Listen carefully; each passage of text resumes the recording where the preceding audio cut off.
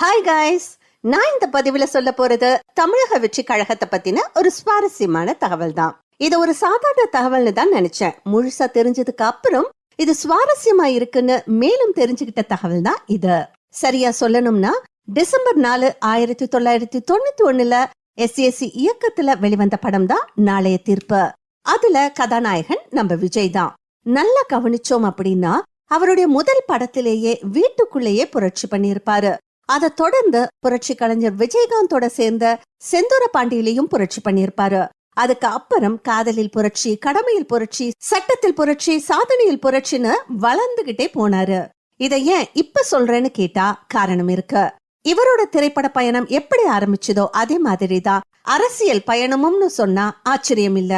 ஜூலை 2009 தளபதி மக்கள் இயக்கம் ஆரம்பிக்கப்பட்டது. அது அவரோட ரசிகர் மன்றம் எடுத்த அடுத்த முயற்சிகள்ல ஒண்ணு. அந்த சமயத்துல பல இளைஞர்கள் மக்கள் பணியில ஈடுபட ஆரம்பிச்சாங்க. அதோடு மக்களும் ஆதரிச்சாங்க. இதுதான் அவருடைய அரசியல் பயணத்தில் கிடைச்ச முதல் கட்ட வெற்றி. இதோட நீட்சிதான் 2/2/2024 தமிழக வெற்றி கழகம் ஆரம்பிச்சு தலைவரும் ஆனாரு விஜய். தளபதி விஜய் தலைவர் விஜயா ஆனத பார்த்தோம். அவரோட தாவேகா கொண்ட கொள்கைகளை பார்க்கலாமா?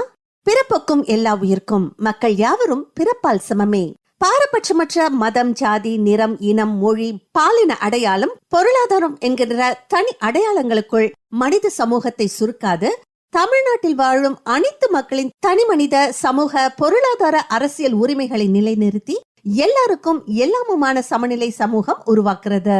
மத சார்பற்ற சமூக நீதி கொள்கைகள் ஒரு நாட்டின் மக்களை அவங்க சார்ந்த இனம், மதம், மொழி, சாதி, பாலினம்னு பிரித்து பாகுபடுத்தாம சம உரிமைகளை அவங்களுக்கு உத்தரவாதப்படுத்தி சாத்தியப்படுத்துறது.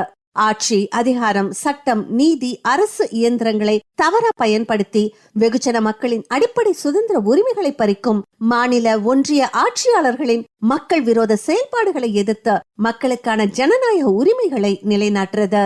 சமதர்ம சமூக நீதி, இடஒதுக்கீடு இல்ல, விகிதாச்சார இட பங்கீடே உண்மையான சமூக நீதிக்கு வழிவகுக்கும். ஏற்ற தாழ்வுகளை அகற்றி சாதி முழுவதுமா ஒழிக்கப்படும் காலகட்டம் வரை அனைத்து பிரிவினருக்கும் அனைத்து துறைகளிலும் விகிதாச்சார அடிப்படையில் பிரதிநிதித்துவம். சமத்துவம், சாதி, மத, இனம், நிறம், மொழி, பொருளாதாரம், வர்க்கம் மற்றும் பாலின சமத்துவத்துடன் கூடிய உரிமை. எல்லா நிலைகளிலும் ஆண்களுக்கு நிகரானவர்கள் பெண்கள், 3ஆம் பாலினத்தவர், மாற்றுத்திறனாளிகள் எல்லா வகைகளிலும் மற்றவங்களுக்கு சமமானவர்களே.